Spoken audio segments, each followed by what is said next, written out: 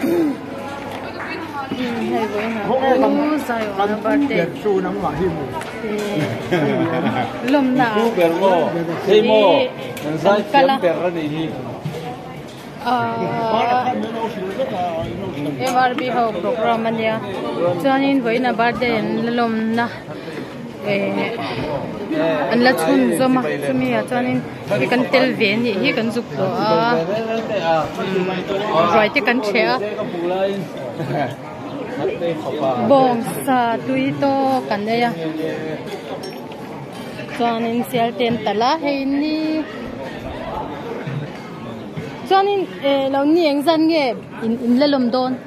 birthday hi ni sari tu ra nia ni sari tu mo với ni anh giật na nghe ni ngà na với nó ni ngà na anh ấy chú anh làm khóc mày à rồi cuối cái gì à hay hi nhìn mọi ra cái này mà xin ở mà làm mấy khi về đâu nhỉ hay gì là đi làm về nó rồi làm việc công ty phải mà cái là tất là cái đồ lên mỏ xuống cơn bịt dọc phải công cọp vừa trong cơn hay là đường về đường đâu rồi xuống mà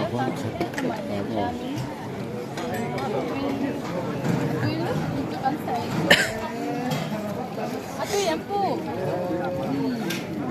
cho nên với anh như ngay lồng net một cái rồi anh gì tụi em ni ngà cho nên như anh xong rồi